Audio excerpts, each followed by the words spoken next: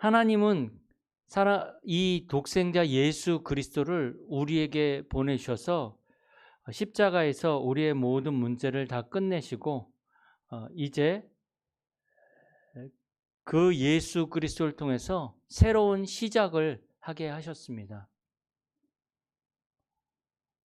하나님은 그 그리스도의 언약을 붙잡게 하시고 누구든지 그리스도를 믿는 자는 구원받아 하나님의 자녀의 축복을 누리게 하셨습니다. 우리가 어떤 노력이나 어떠한 방법을 찾을 필요가 없이 하나님이 주신 그 그리스도로 말미암아 우리의 모든 것들을 다 끝내셨습니다. 그래서 우리는 그리스도로 말미암아 모든 것들을 다 받은 것입니다. 그래서 우리가 다른 거 붙잡을 필요 없이 그리스도만 붙잡으면 됩니다. 하나님이 주신 방법이고 하나님이 우리에게 주신 언약이기 때문에 그렇습니다. 하나님은 처음부터 우리에게 창세기 3장 15절 그리스도의 언약을 우리에게 주셨습니다. 아담과 하와가 하나님을 떠난 순간에 바로 이 그리스도의 언약을 주셨죠. 그래서 창세기 4장에 보면 아담과 하와가 가인을 낳고 뭐라고 얘기를 하냐면 여호와로 말미암아 등남하였도다 이렇게 기록하고 있고 아벨이 또 태어났다라고 성경은 기록하고 있습니다. 그런데 그 다음에 뭐라고 기록되어 있냐면 세월이 지난 후에라는 단어가 나옵니다. 이게 굉장히 많은 뜻을 내포하고 있습니다.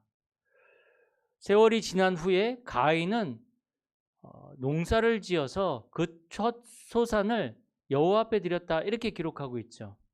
아벨은 양치는 자가 되어져서 첫 양을 하나님 앞에 드렸다라고 기록하고 있습니다.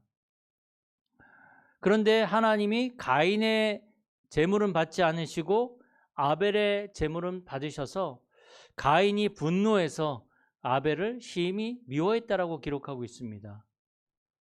왜 하나님이 가인의 제물은 받지 않으셨습니까? 왜냐하면 모든 사람들은 사실 자기의 죄를 가지고는 하나님 앞에 나아갈 수가 없습니다.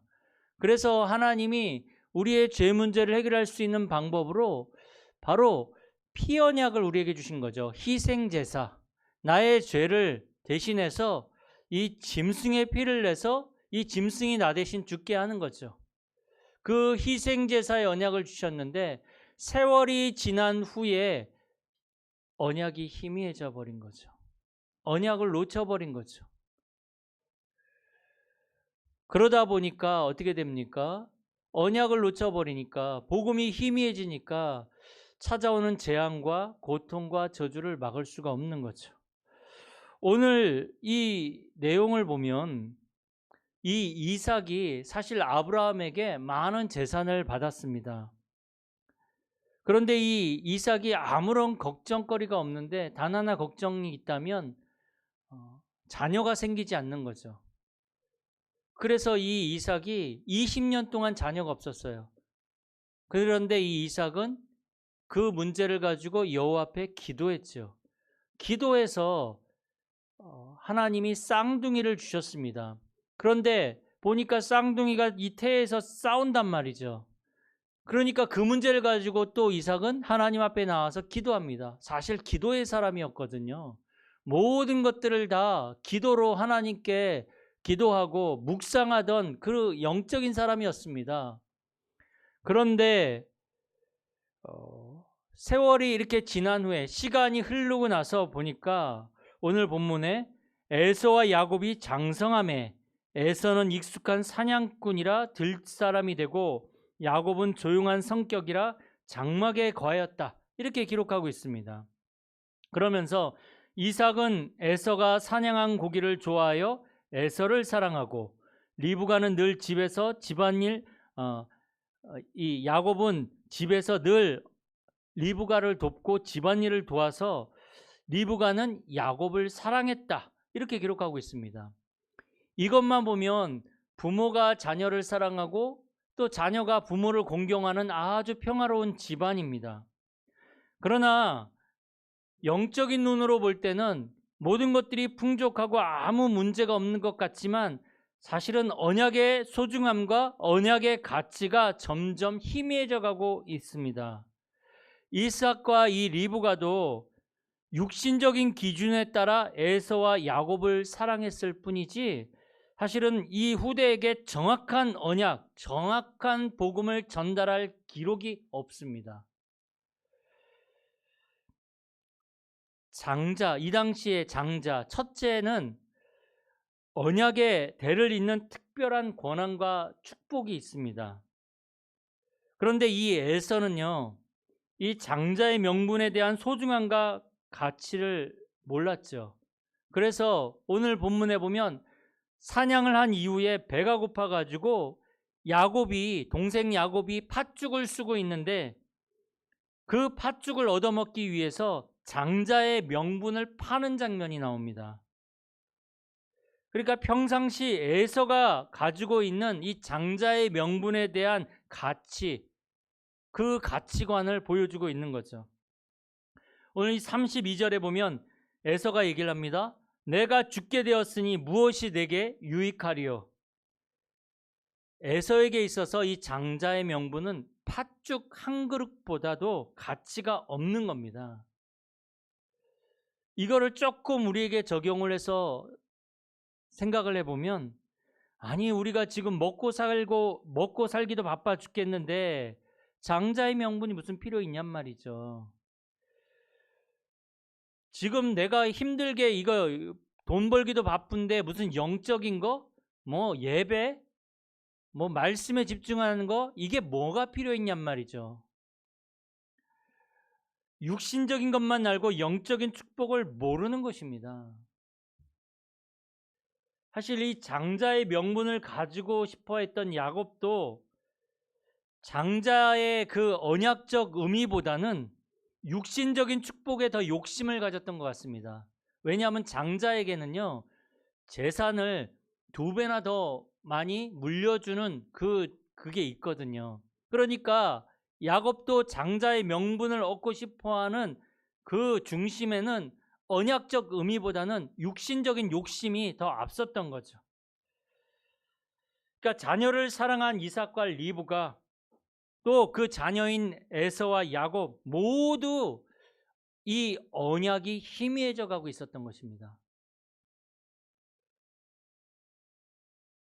사실은 오래 교회를 다닌 가정들 보면요, 자녀들이 대부분 신앙이 없고 언약이 없는 가정이 많습니다. 오래 신앙생활을 한 사람도 보면 오히려 초신자들보다 더 믿음이 없는 경우가 굉장히 많습니다. 너무나 이제는 교회 다니는 것에 익숙해져 있고 뭐 기도하는 것에 익숙해져 있지만 사실은 그 근본적인 것들이 희미해져 버린 거죠. 우리가 오랫동안 오직 복음이라고 하지만 그 복음의 본질적인 것에 대해서는 희미해져 가고 복음의 응답은 다 놓쳐버리고 영적인 축복을 다 놓쳐버리는 경우가 되게 많습니다. 그래서 우리는요, 힘들 때나 응답 속에 있을 때나 말씀과 기도와 한 영혼, 현장과 전도의 소중함을 우리가 붙잡고 여기에서 우리는 변함이 없어야 합니다. 언약이 뭡니까? 언약은 한마디로 하나님이 우리를 구원하시기 위하여 그리스도를 보내주시겠다라는 것이 언약입니다. 언약 중에 언약이 뭡니까? 그리스도가 언약입니다. 예수께서 그리스도로 이 땅에 오셨습니다. 십자가에서 보혈을 흘리심으로 우리의 모든 죄를 다 담당하셨습니다. 그리고 부활하셔서 마귀의 일을 멸하시고 영원한 생명으로 우리 안에 거하고 계십니다. 그래서 그리스도는 성취된 언약입니다. 십자가에서 성취가 되어진 언약입니다. 그래서 우리는 그리스도를 믿고 그리스도를 붙잡았다라는 것은 성취된 언약을 붙잡은 겁니다.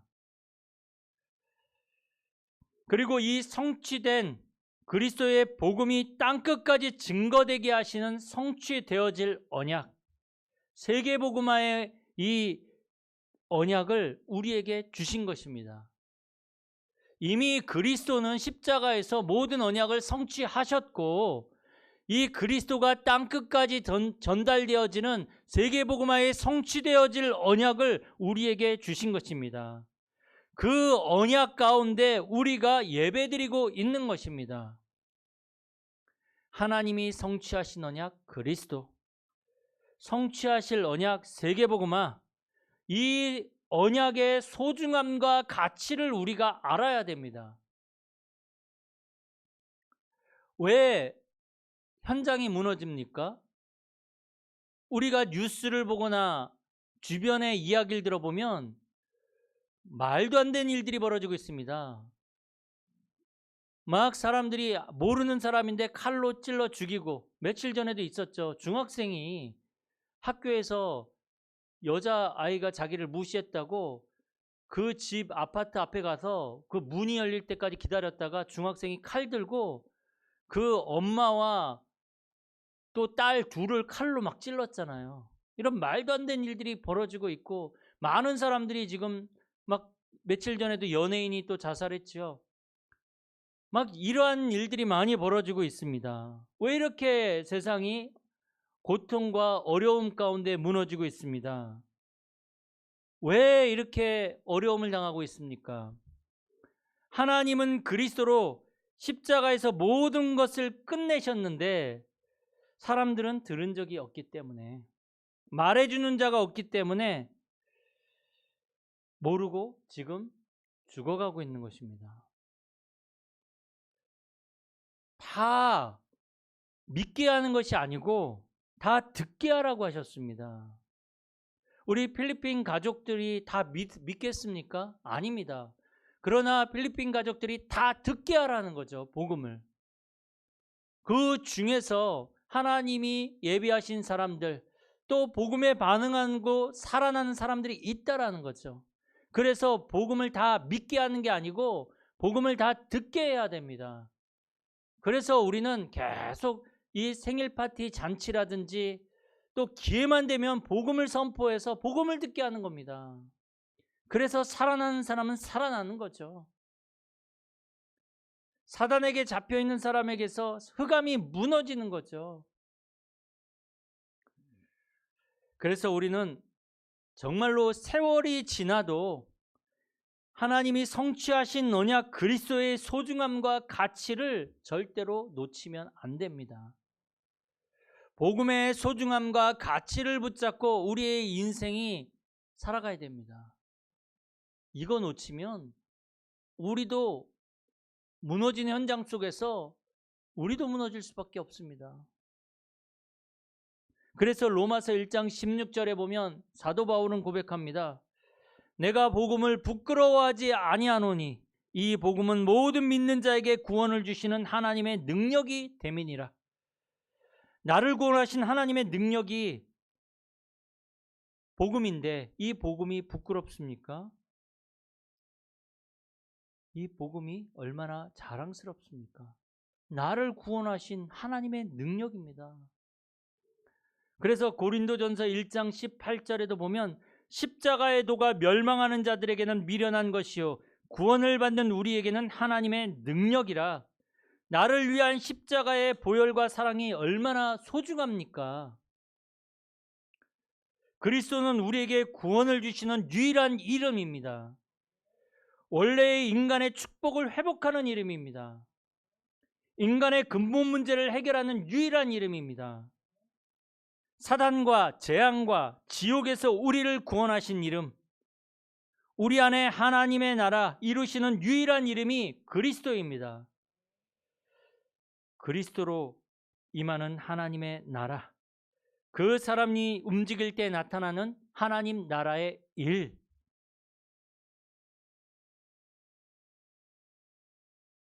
이 복음의 소중함과 가치를 우리는 붙잡아야 됩니다. 그래서 고린도후서 5장 17절에 보면 누구든지 그리스도 안에 있으면 새로운 피조물이라 이전 것은 지나갔으니 보라 새 것이 되었도다. 누구든지 안에는 저와 여러분도 포함되어집니다. 누구든지 그리스도 안에 있으면 영생을 얻게 되어지고 하나님의 자녀가 되어져서 하나님과 함께하는 축복을 누리게 되어집니다.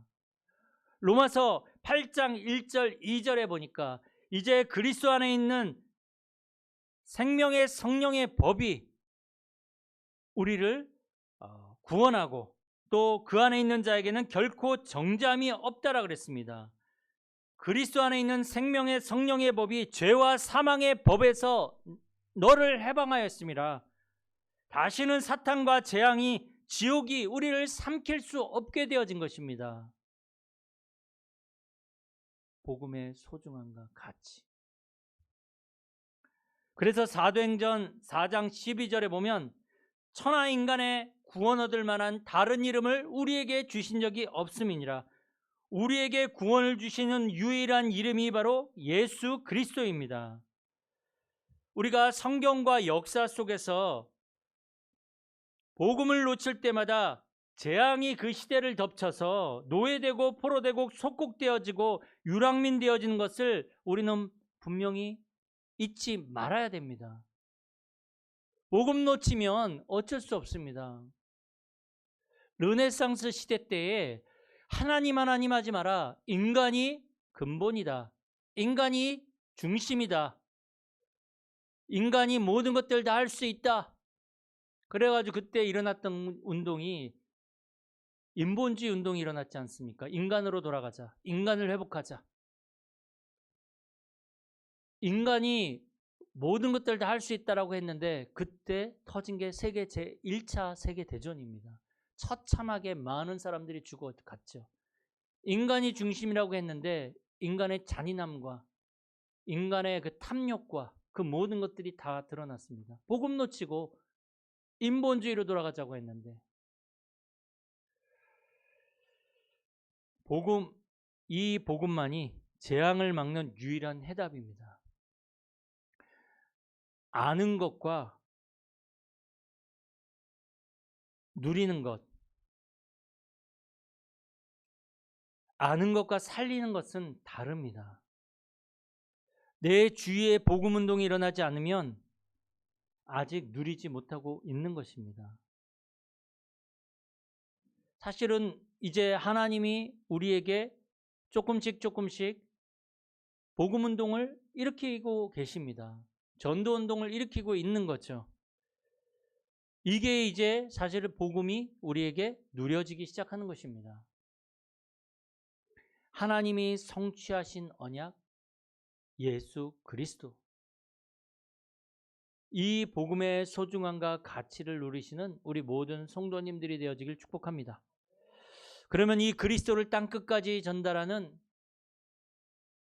성취되어질 언약, 세계복음화. 성취하실 언약 세계복음화의 소중함과 가치를 우리가 붙잡고 가야 됩니다. 바로 전도와 선교의 가치를 우리가 붙잡아야 되는 거죠. 이스라엘이 그리스도를 놓칠 때 그들은 강대국의 침략을 받고 노예와 포로와 속국되어졌습니다. 하나님은 그 강대국에도 복음이 증거되어져서 그 강대국을 통해 전 세계로 복음이 전달되어지길 원하시는데 그걸 놓쳐버린 거죠. 이스라엘은 하나님은 우리의 하나님이야. 우리만의 하나님이야. 저들은 이방 족속들은 버려진 자들이야. 짐승과도 같은 사람들이야. 우리는 저들하고 그래서 상종하면 안 돼. 이런 선민 사상을 가지고 하나님을 자기들만의 하나님으로 가두어 버렸죠. 이스라엘 백성들이 이 복음을 자기들의 선민 사상으로 가두어 버린 것입니다. 나를 위한 복음으로, 나의 것을 위한 복음으로, 나의 성공을 위한 복음으로 선민 사상처럼 나와 우리를 위한 복음으로 가두어 버리니까 복음이 아닌 종교 생활이 되는 것입니다. 나를 위한 복음을 이용하는 가짜 신앙 생활이 되는 거죠. 우리는요, 복음 그 자체로 끝나고 복음 그 자체로 행복해야 됩니다. 응답이 있든 없든 그 복음 자체로 행복해야 되는 것입니다. 물이 고이면 썩습니다. 복음이 종교화되어지면서 계속 고난과 재앙을 당하게 되고 이스라엘은 강대국에 끌려가서 억지 선교를 당하게 됩니다. 그래서 복음은 나를 살리는 복음이 맞지만 내 안에 나를 위한 복음으로 고이면 안 되는 것입니다. 복음은 반드시 현장으로 흘러야 합니다. 복음이 현장에서 다른 사람과 다른 현장을 살리는 하나님의 능력으로 나타나는 것을 우리는 봐야 됩니다. 복음이 이렇게 고여 있으면, 우리 가운데 고여 있으면 반드시 종교 생활이 되어 버립니다. 그래서 마태복음 24장 14절에 보니까 이 복음이 온 세상에 전파되기를 주님은 원하시는 것입니다. 그래서 우리는 이 복음 운동의 가치와 구원을 주시는 유일한 하나님의 능력인 이 복음을 우리는 붙잡고 전달해야 됩니다. 마태복음 28장에 보니까 예수님이 마지막에 제자들에게 부탁하셨습니다. 모든 민족으로 제자를 삼아라. 제자 한 사람이 하나님이 세계복음화를 위하여 감추어 두신 보화입니다. 저는 우리 로살리 집사님이 필리핀 복음화를 위해서 감추어 주신 보화라고 생각을 합니다. 한 사람이면 됩니다. 이제 로살리 집사님에게 있는 이 복음이 우리 필리핀에서 한국에 와 있는 모든 결혼 이민자와 노동 이주자에게 흘러가야 합니다. 그래서 그들이 또 필리핀을 살리고 전 세계를 살리는 그 한 사람으로 세워져야 되는 것입니다. 그게 성취하실 언약 세계복음화의 소중함과 가치를 붙잡는 것입니다. 마가복음 16장에 보니까 만민을 치유하라 그랬습니다. 치유 사역은 하나님의 시선이 가장 머무는 것이죠. 복음으로 영적으로 정신적으로 고통당하는 사람들을 치유하는 것입니다.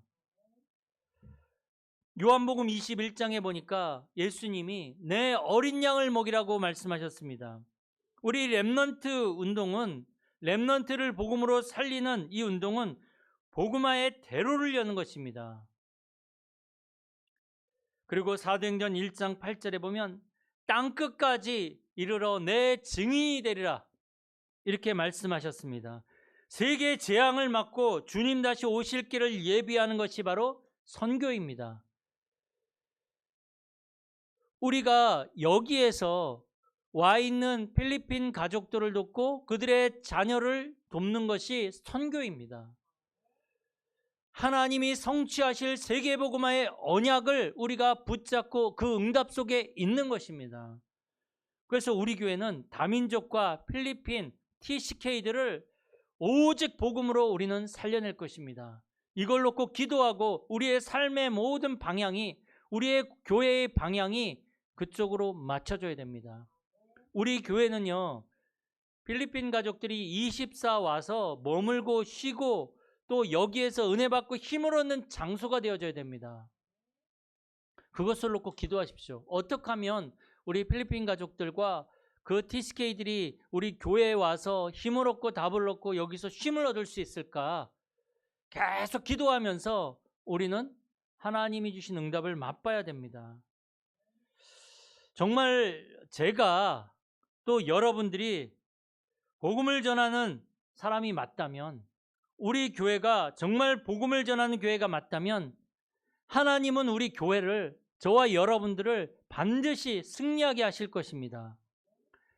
우리 교회가 이 렘넌트들을 바르게 키우는 교회가 맞다면 하나님은 교회와 우리 산업인들의 산업을 반드시 축복하실 것입니다. 자, 그러면 이제 어떻게 해야 합니까? 언약을 제대로 붙잡은 기도를 시작하고 지속해야 됩니다. 응답이 안 왔다고 해서 포기하지 마시고, 이 세계복음화의 언약이 맞다면 여러분 이걸 붙잡고 지속해서 기도해야 됩니다. 우리 필리핀 가족들을 놓고, 결혼 이민자들을 놓고, 그들의 TCK들을 놓고 하나님 이들을 어떻게 돕고 살려야 되겠습니까? 문을 열어주시고 만남의 축복을 달라고 계속 기도해야 됩니다. 그리고 언약을 붙잡았다면 이제부터 여러분 하루에 한 번만이라도 정시기도를 시작하셔야 됩니다. 정시기도는 내 인생의 주인이 하나님이심을 고백하는 신앙의 고백입니다. 내 하루의 사이클을 하나님 중심으로 살겠다라는 신앙의 표현입니다.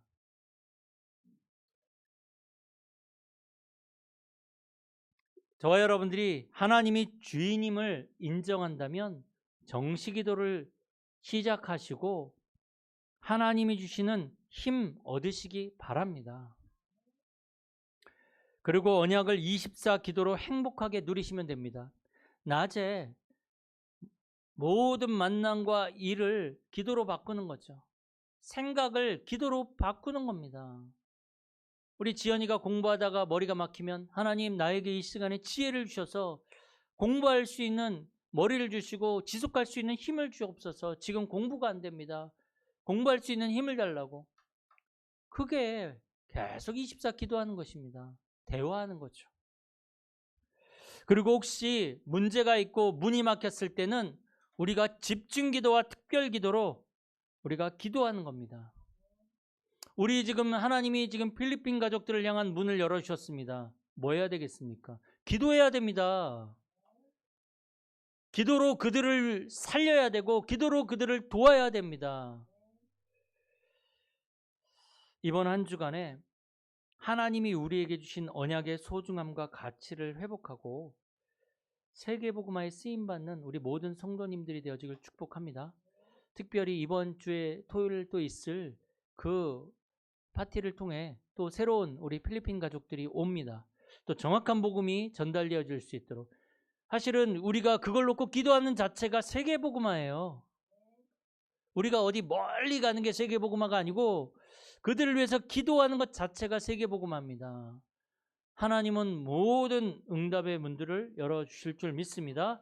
하나님 감사드립니다. 이번 한 주간도 하나님이 주신 것을 놓치지 않는 인생이 되게 하여 주옵시고 하나님이 성취하신 그리스도의 이 복음의 소중함과 가치를 붙잡게 하시고 성취하실 세계복음화의 언약을 붙잡고 그 소중함과 가치를 붙잡고 응답받는 한 주간 되게 하여 주옵소서. 주 예수 그리스도의 이름으로 기도드립니다. 아멘.